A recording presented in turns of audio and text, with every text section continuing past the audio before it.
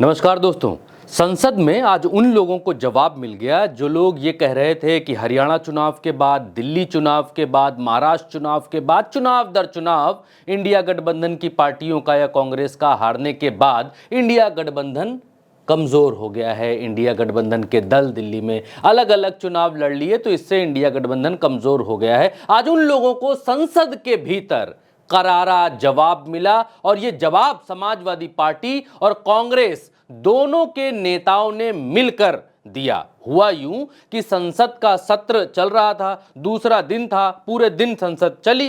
शाम को संबित पात्रा के बोलने का मौका आया। संबित पात्रा साहब बोलने लगे। संबित पात्रा ने अपने बॉस जी की नजर में हीरो बनने के लिए, उनको खुश करने के लिए भाषण के आखिर में राहुल गांधी पर हमला बोलना शुरू कर दिया। जैसे ही संबित पात्रा ने राहुल गांधी पर हमला बोला, कांग्रेस और समाजवादी पार्टी के नेता एक साथ संबित पात्रा की भाषा बोली और राहुल गांधी के खिलाफ कहे गए उनके शब्दों की खिलाफत करते हुए, उनके शब्दों के विरोध में खड़े हो गए। तस्वीर आपके सामने है। तस्वीर आप देख सकते हैं कि किस तरीके से अगली पंक्ति में गौरव गोगोई और धर्मेंद्र यादव, जो कि समाजवादी पार्टी की तरफ से सांसद हैं, दोनों लोग बैठे हुए थे और वो दोनों संबित पात्रा को रोकने के लिए अचानक खड़े हो जाते हैं, क्योंकि संबित पात्रा ये बातें अपने भाषण के आखिरी दौर में कह रहे थे और संबित पात्रा झटपट तुरंत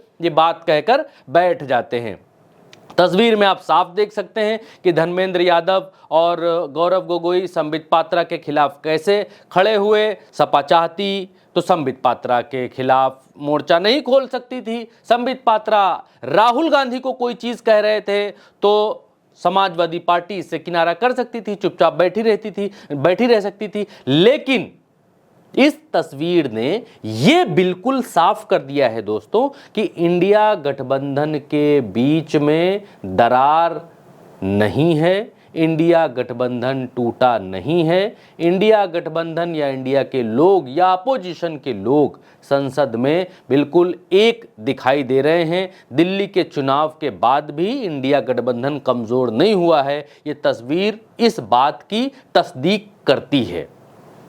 एक और बात है कि संबित पात्रा ये राहुल गांधी के बारे में जो चीज़ें कह रहे थे कि उनको वोटर लिस्ट के ऊपर उन्होंने जो बोला कि वोटर लिस्ट ठीक नहीं है और वोटर लिस्ट में जो नाम हैं वो उन नामों के ऊपर सवाल उठाए राहुल गांधी ने, उसके ऊपर जवाब देते, उसके ऊपर बोलते हो कि भाषण पर बोलना था, बजट पर भाषण देना था और संबित पात्रा राहुल गांधी पर आ गए। और राहुल गांधी पर वो हर बार आते भी इसलिए हैं क्योंकि राहुल गांधी पर अगर वो नहीं बोलेंगे तो वो हीरो नहीं बन पाएंगे। राहुल गांधी पर ही बोल कर भाजपा के कई प्रवक्ता हीरो बने हैं। तो संबित पात्रा के पास अपने भाषण के कंटेंट को मजबूत करने के लिए, भाषण के कंटेंट को और एग्रेसिव करने के लिए राहुल गांधी का नाम लेना पड़ा और राहुल गांधी का नाम लेते ही समाजवादी पार्टी और कांग्रेस एक साथ इनके विरोध में खड़ी हुई। कैसे खड़ी हुई, क्या कहा संबित पात्रा ने, वो जानना भी आवश्यक है, जरूरी है। उसको आप सुनिए और देखिए और महसूस कीजिए कि संसद के भीतर इंडिया किस तरीके से इंटैक्ट है। कि हमारे राहुल जी ने थोड़े दिन पहले, कल ही उन्होंने कहा कि वोटर लिस्ट में गड़बड़ी है। अभी अरविंद सावंत जी भी बोल रहे थे कि वोटर लिस्ट में गड़बड़ी। वोटर लिस्ट में गड़बड़ी नहीं है, आपके डेवलपमेंट लिस्ट में गड़बड़ी थी। आपके डेवलपमेंट लिस्ट में गड़बड़ी थी, वोटर लिस्ट में गड़बड़ी नहीं है। अभी हमने बताया आपको, अगर वैसा डेवलपमेंट आपने किया होता तो आज आप वहां नहीं बैठे होते। दूसरी बात, ये कांग्रेस पार्टी कहती है कि रोहित शर्मा अनफिट है। रोहित शर्मा अनफिट नहीं है, फिट है। और मैं बता दूं, नरेंद्र मोदी जी के कप्तानी में ही आप देखिएगा भारत विश्व का चैंपियनशिप ट्रॉफी जीतेगी। भारत माता की जय, जय जगन्नाथ।